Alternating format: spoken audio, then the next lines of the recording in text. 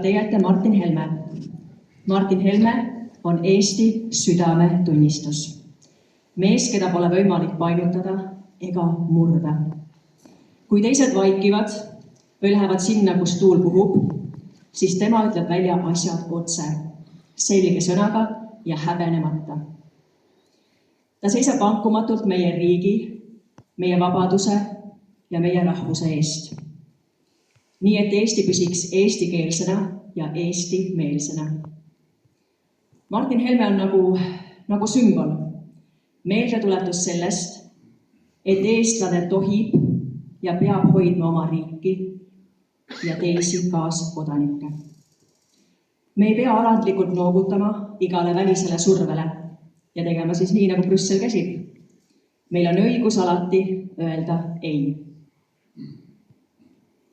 Martin Helme ütleb tõe välja otse ja ilustamata. Ei mitte mingisugust vabandust, sest nii seistaksegi tõe eest. Ta on ainus poliitik, kes julgeb öelda, et Eesti on eestlaste riik. Martin Helme ei ole lihtsalt erakonna juht. Ta on juht, keda Eesti praegu vajab. Martin Helme!